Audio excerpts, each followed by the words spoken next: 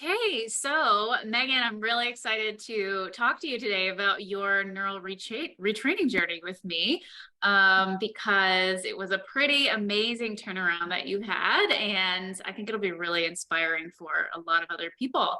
So let's delve into talking about how things were that when you originally found neural retraining, and that wasn't finding me actually, that was finding other neural retraining programs. So tell us a little bit about what your physical health conditions were like that led you to neural retraining. Okay.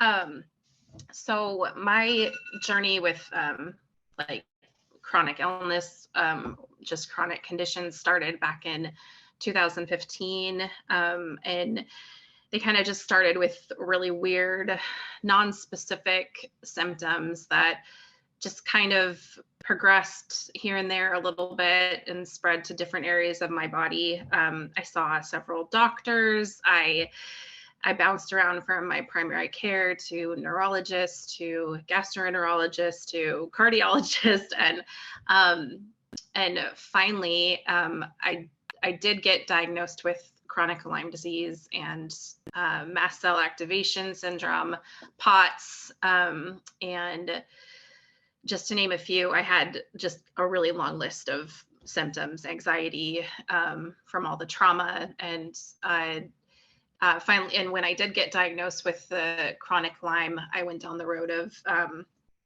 taking multiple antibiotics, and actually took antibiotics while I was pregnant with my son in 2018.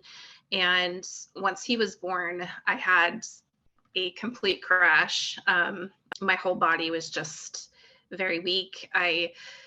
Some mornings it was really hard for me to even get up and walk to the bathroom, or like just taking a shower or taking care of myself was just really exhausting and really fatiguing. And I also have a 7-year-old daughter, so it was really challenging trying to balance and be there for them. I also had started to develop POT symptoms, so dizziness, lightheadedness, anxiety attacks just out of the blue. And that was very hard, just trying to be a mom and doing all of those things, and dealing with all of those health issues, and just kind of, I was basically living on the couch all day, and I was trying to get by on doing just the minimum that I could do to take care of my kids and do just the minimum to survive through my day and take care of them. And I think it was like 2021, I was doing some internet research on brain retraining, because I had heard from other people who had struggled with Lyme that helped. So I started doing DNRS, and eventually, and I did enjoy that program. And I did have some benefit from it. I also did Primal Trust, and where they kind of put more somatics in, and dealing kind of the stress within the body that's kind of gets stuck, and that somatics was really beneficial. And now I eventually I still had some of my bigger symptoms were from the POTS, however, though. So the fluctuating blood pressure, the high heart rate, the just feeling really, I still had some fear in my skin. I felt a little bit fearful still. And so I had heard some good things about eutaptics, and was doing some research on that. I found Dr. Keratin online, and that was something that I really wanted to try. And I'm so thankful that I did that. It really did. It's very powerful to sit down with someone who is, you can tell that she's very, very compassionate and understanding and empathetic, and to talk to someone who has that about them, you feel safe and you feel like she's listening and it's comfortable. And I've had a lot of improvement from our 3 sessions together. It worked really quickly for me. That's awesome. So thank you for that overview. I think that really sets the scene for people. So at the time that we started working together, like what were you still living mostly on the couch? Like what were the things that you could not do because of POTS? So the things that I could not do were mainly standing for long periods of time. And when I say long periods, like anything more than like a couple minutes, and I'd start to just feel my heart rate increase and feel the adrenaline in my body, and I could just feel it, and that, and then also I used to love working out. I used to love at the time. And I was like, and that was what I would think about, just me being able to run again and doing active things. And that was something that I couldn't do. Anything really active, any like high intensity workouts, nothing like that. So, and I would do, if I did do those things, I would have like a big burnout afterwards where my legs would just be like jello and I couldn't do anymore. It was like my body would just say no more. Yeah. Okay. So uh let's talk a little bit about what was going on for you emotionally before we started working together. Because, you had done some in terms of the brain retraining that had helped with the emotional aspect of it, but you were still carrying a lot of emotional pain from your journey with illness, but a variety of other things that had happened to you in your life as well. So, what was your, average emotional experience of a day when we started working together? I would say the main theme, despite the fact that I had done the retraining, a lot of retraining, and I think that it did help take the edge off of a lot of the fear, but I still had some flashbacks to like memory flashbacks and things that had happened. And I felt like I hadn't really worked through those. And I was just kind of trying to like distract myself from that. And so, yeah, all day it was just kind of like almost like a tug of war between me and fear. like, um, and I felt like a lot of times I felt like I wasn't winning, and I felt like I was just kind of, you know, again, just kind of on the couch, and just I would occasionally break down because just crying, because I just felt like I was trying so hard, but I was still dealing with a lot of these trauma memories. Yeah, absolutely. And then understandably, like when you're really symptomatic and you can't do a lot of the things that you want to do, especially with some of the things that are most precious to you, like being active with your kids, a lot of emotion comes up around that too, right? Yes, absolutely. Yeah. Yeah. So, yes, ultimately, when we worked together, we discovered that a lot of the roots of your emotional experiences in the present, as well as your physical symptoms, was actually your past, was a lot of these traumatic experiences. So, can you tell people a little bit about what we actually worked on in sessions, which was not a lot with the physical condition Mhm. itself? Right.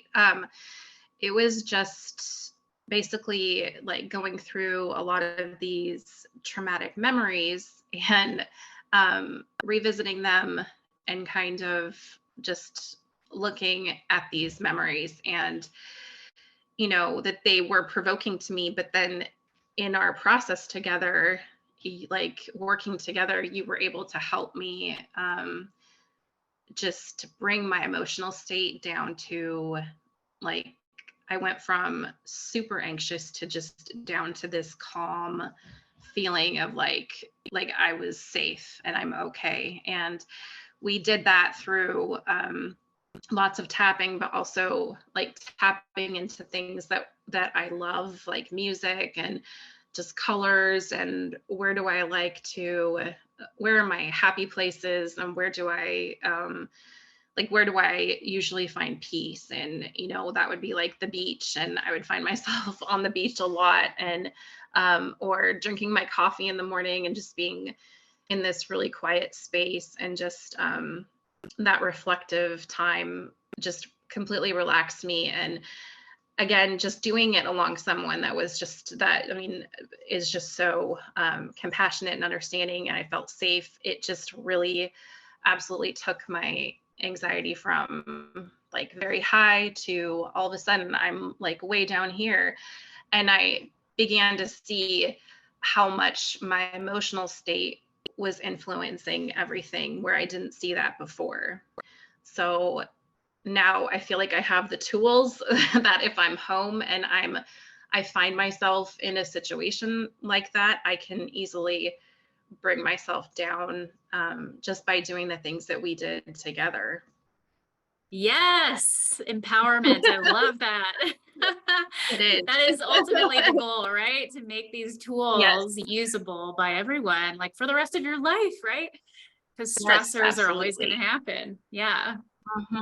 Absolutely. Um, so, you know, before we started doing this work together, were you aware of how much those traumas were still impacting you? Like, did you know that they were still like, woo, supercharged?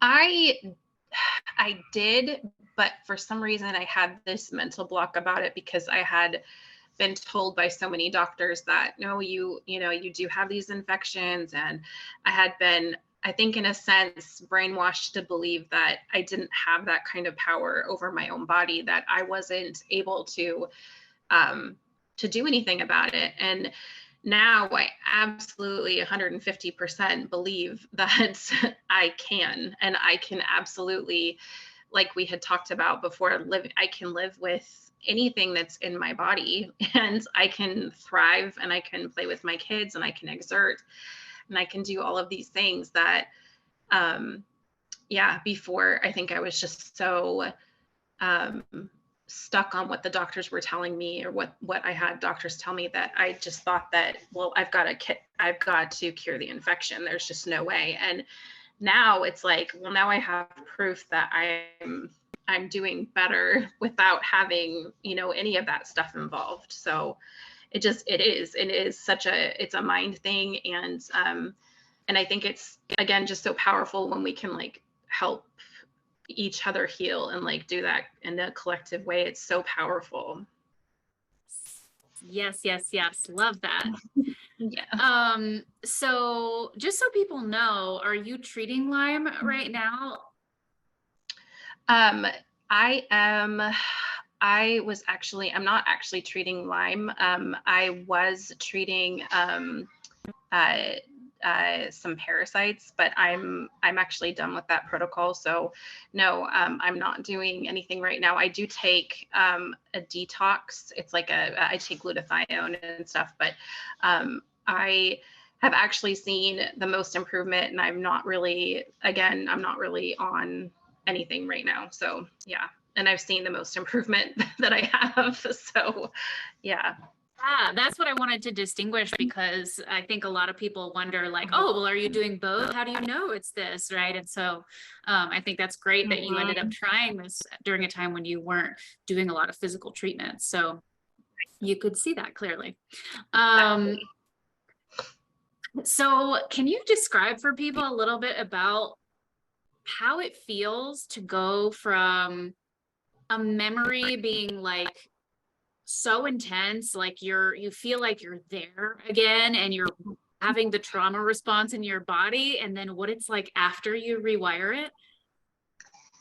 Yeah, it is absolutely like freeing. I Because I do sometimes, like our brain, like I've noticed my mind just kind of sometimes pops things up, and I'm like, well, that's weird that I thought that, but I'm able to distinguish that even more than I ever was before, that that part of me is not the actual person that I am, and that I am the person that's running the show, and not like, and I kind of compare it to like a 3-year-old, you know, that that's not me. So when I do have thoughts that pop up in my head, I'm able to see them like really separately now, even more than I ever have before. And it has taken me a long time to get to this point, because I tried to do it with the brain retraining too, but I feel like just all the different modes of like help that I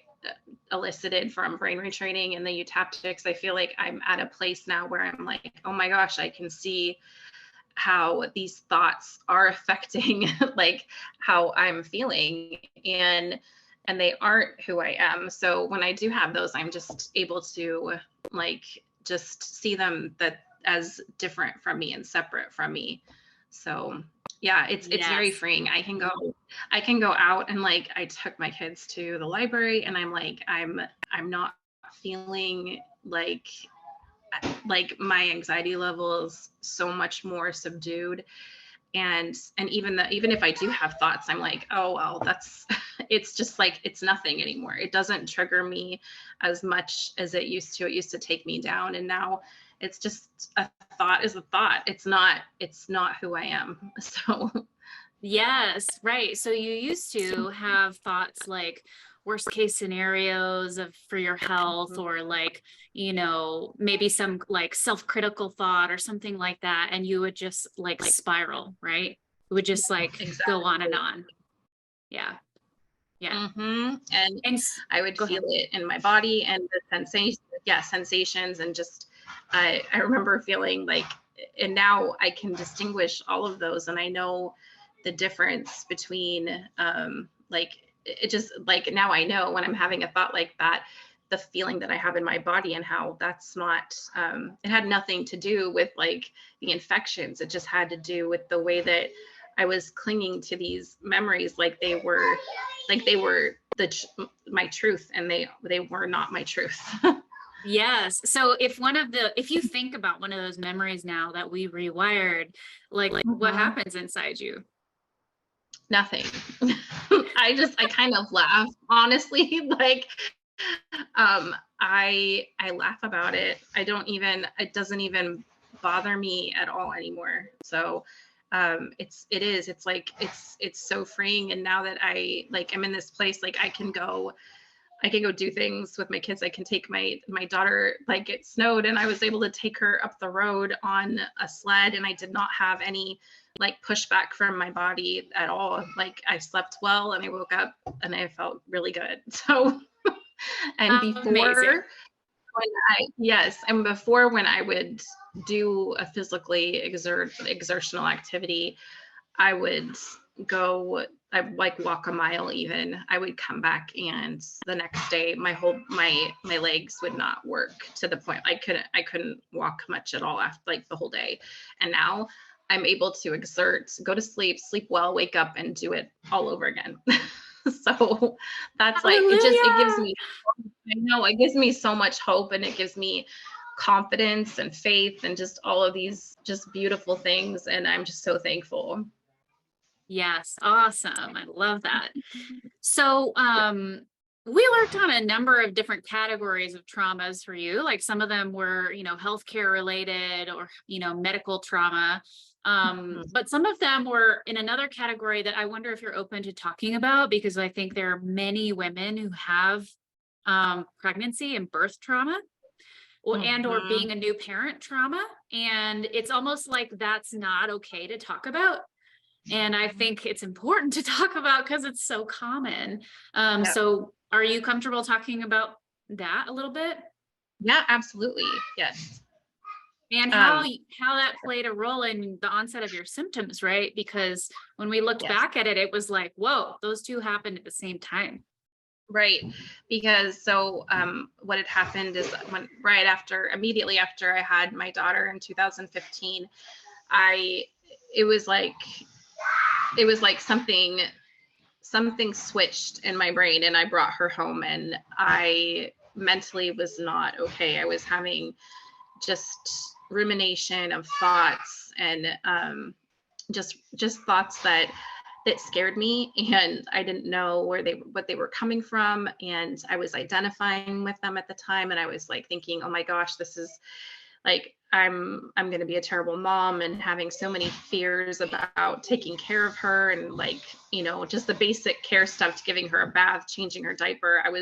I just had so much anxiety about it, and thoughts that scared me, and going it just, that is where it started for me. And that was, it was so obvious that, and now it's obvious, but at the time, it wasn't so obvious to me that my nervous system was just really, it had been, like pushed off balance, after having my daughter. And you think about it, it is a pretty traumatic thing that, you know, a lot of women go through if it's a difficult pregnancy and birth. And I had that with both my son and daughter. My son, it was a little bit easier, the birth was, but with my daughter, it was very challenging. I went through a lot of just challenging things with that, and was very sick while I was pregnant. And just, yeah, that threw my nervous system off. And then that was when I started having all of this stuff happen.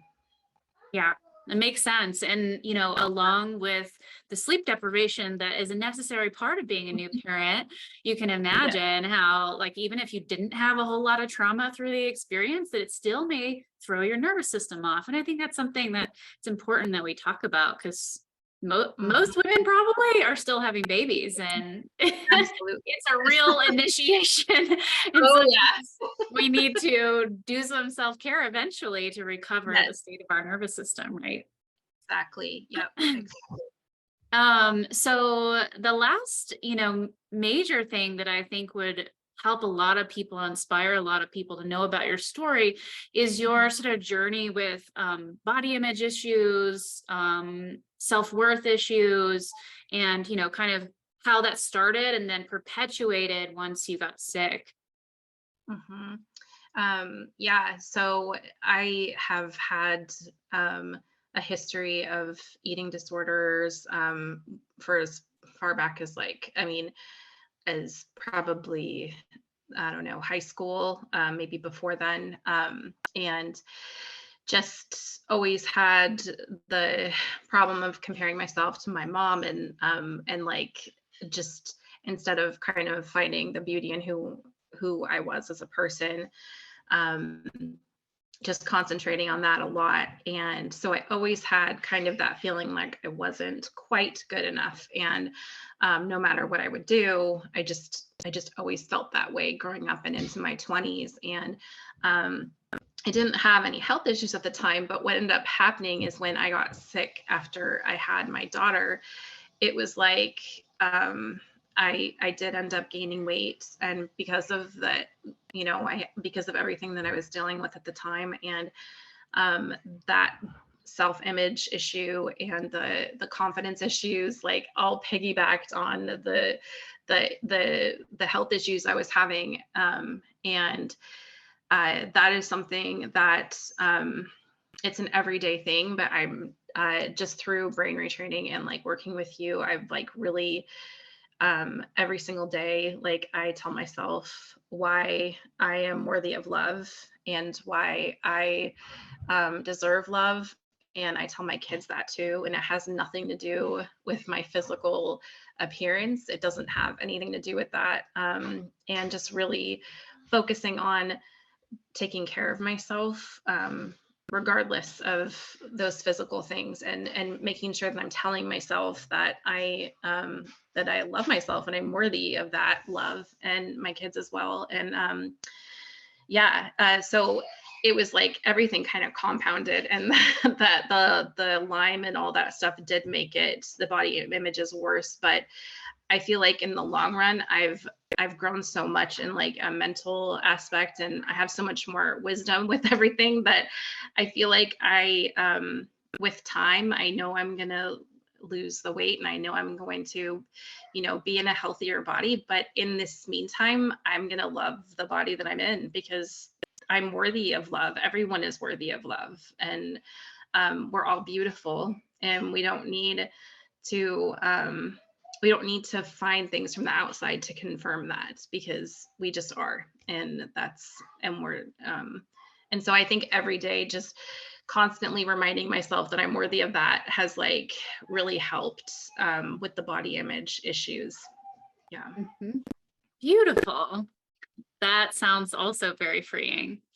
Yes. Um, One of the things that I think we work on, and I work on with a lot of people with body image issues, is we tend to, and this may be culturally Mhm. perpetuated, like maybe that's where this pattern comes from, but we tend to have this paradigm of trying to criticize or punish ourselves into, whatever change we think we need to make, right? And that especially comes out with body image stuff, right? So people are like trying to criticize or punish themselves into exercising or into, eating a healthy diet. And what was your experience with that? And, how are you approaching that now in terms of trying to have a healthy lifestyle that works for you?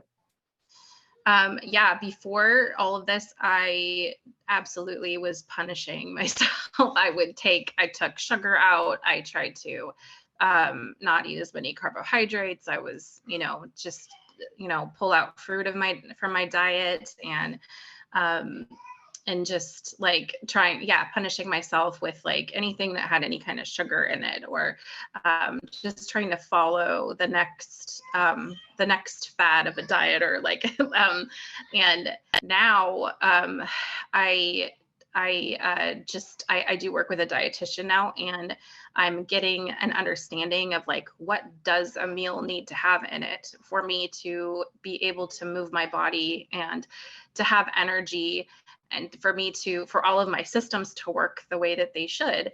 And it was actually eye-opening because like a lot of the stuff that she recommended to be eating, I really wasn't eating a proper amount of like fats, protein, and carbohydrates with my meals. And since I've been doing that, I've been feeling just like, I think it just, everything is like that I've done has like just been another layer of like help for myself and self-love, in a way. And I've been feeling just a good amount of energy. And I think eating like appropriately for my body and what I need has helped that. And I haven't cut any food group out. And I feel like that's the best approach for me, because for my whole life it has been, oh, don't, you can't have that, you can't have this, you can't have, but the truth is that no foods are really bad. There's just, my dietitian said it's like that. Some of them are just more nutrient dense than others, and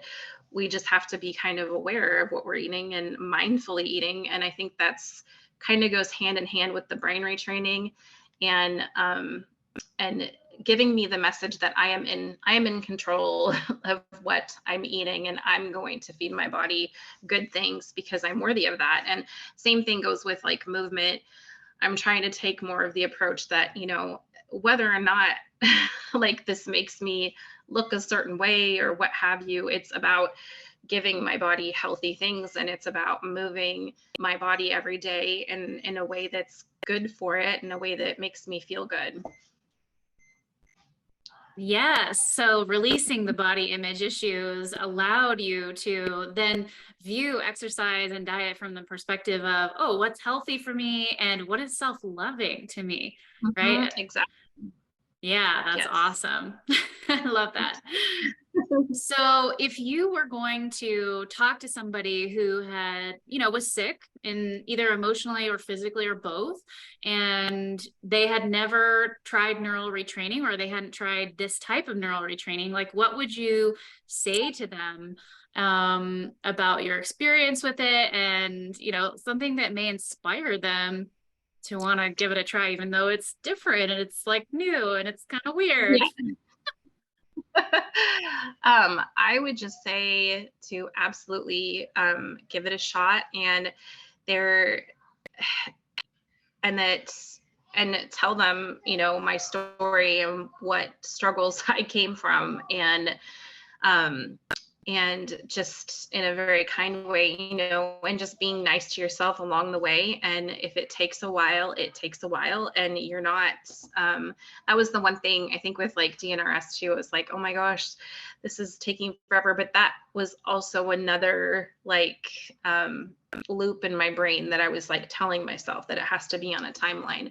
I would just say be very patient with yourself, and above all else, do loving things for yourself, um, and absolutely give you tactics and brain retraining a chance, because you don't always realize it in the moment, but then like the next day you wake up and you're like, oh my gosh, something's a little bit different today. And, you know, even if it's like a little improvement, like that is indicating that your brain, it's changing, and you're retraining your brain every day. You don't even know that you are, but you are.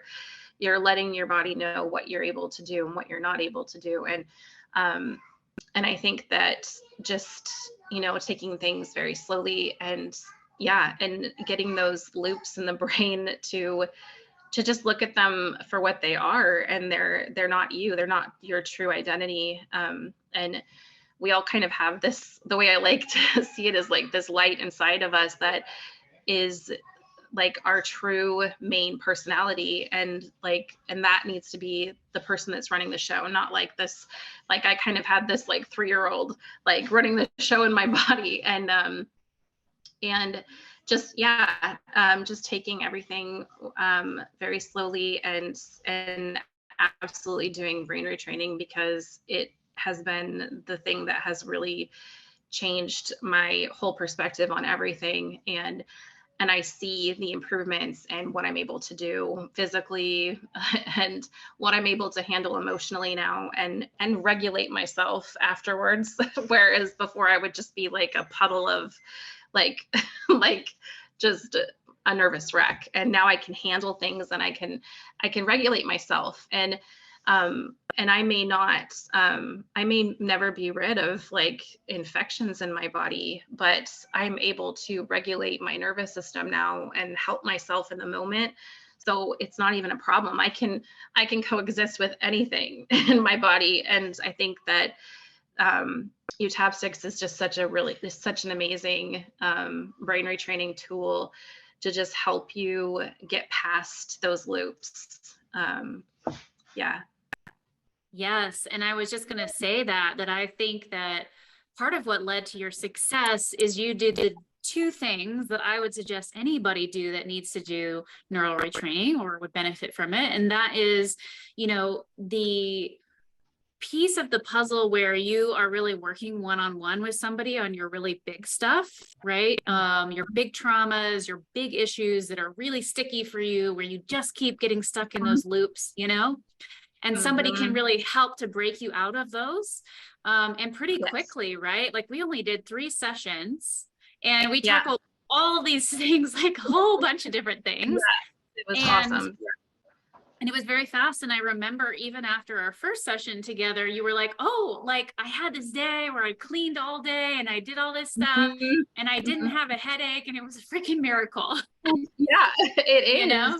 And yeah, and that happens and you're like, oh my gosh, like all of a sudden, you know, we're like 2-3 weeks out, and I'm able to, I start to notice these changes, and like the desire for me even to like want to take my daughter up the road, for instance, in a sled. Like I wouldn't have even like touched the sled a couple of years ago. Like I wouldn't have even like thought to do that, because I would have been too afraid. But now I'm like, no, I'm doing this, and I'm going to have fun, and I'm going to enjoy my life. And I know my body's strong enough. I just have that confidence now. And I feel like it's kind of like unshakable with my confidence to be able to do the things I want and love to do. Yes. So, and yes, like you said, it's just, I kept on saying that too when we were working together. It's like, it is so just absolutely profound, and like, and so just the change and the feeling of like how much it works so quickly by working with you. Like it was just, I was like, oh my gosh, this is just amazing how fast this works. Like, and it is the difference between like working on it with somebody who is, you know, caring and you trust and creates a safe space, and you just feel like, okay, I can do this. Yes. But then, you know, the other piece of the puzzle that I think made you successful is that you simultaneously had these self-help tools. And I know that I taught you some more, but you already had a foundation of them. And so it's almost like, you know, the private one-on-one work was like a catapult that like got you into the sky where you wanted to be. but then you had your own tools and techniques to keep you up there, right? And Right. so that when something like, a negative thought or a stressful event or something would start to take you down towards the ground again, you'd be Mhm. like, nope, nope, nope, I'm coming back Nope. up here, Yep. right? Yes, And I exactly. think Yes. I think everybody needs both. Yes, absolutely. And, just using as many tools as you can just that help you. Like, I think that is wonderful. And then, like, I think it was yesterday, like, I didn't need my inner, like, I have a little inner balance tool, from, I can't remember where exactly I found it, but it's like basically measures my heart rate variability and tells me like if my, if I'm not in heart coherence. And I didn't even Yes. have to use it yesterday because I felt so calm and I Yes. felt calm all day long. And I was like, oh my gosh, this is the result of like all the brain rewiring and everything. Cause I'm not, like I said, I'm not treating with anything, just, my regular, it's pretty much vitamins and stuff now. And I Yeah. felt calm all day long. Not one, not, and I was like, this is amazing. Like, it's just, it really is. Yes, exactly. And you did that, and it didn't take a lot of pain and strife and Herc's reactions and all this No, stuff no. that Oh most my people are gosh, going no. through. Yeah. Yeah. Yes, So that's absolutely. awesome. I love to see you Yes. where you are today. It's a beautiful thing. Thank thank you so much. Thank you so much. Yeah. Is there anything else that you want to share, or do you feel like we covered it all? Oh my gosh. I think I covered just about everything, yeah, Mhm. that I wanted to. Just yeah, I mean, I I think the main thing is never like just never giving up and always having the belief that you will heal and you are going to get better too. Just even if you're feeling really bad physically and mentally, like no matter how bad I felt physically and mentally, I always held on to that belief and that like that fire inside of me that I would get well one day Yes. and that this would pass. And I believe that's like super important for people to hold on to, even when they feel really, really bad. And it's just having that hope and then faith and that was really like what kept me going and like kind of saying, well, I'm going to continue looking for people that I believe that will help me. And that's exactly what happened. It's like they all kind of fell into place. So just never giving up. Yes, I 100% agree. Well, Yeah. thank you so much for joining Thank me and you. sharing your story. Like, I know it's going to inspire a lot of people. Thank you so much. I so appreciate it.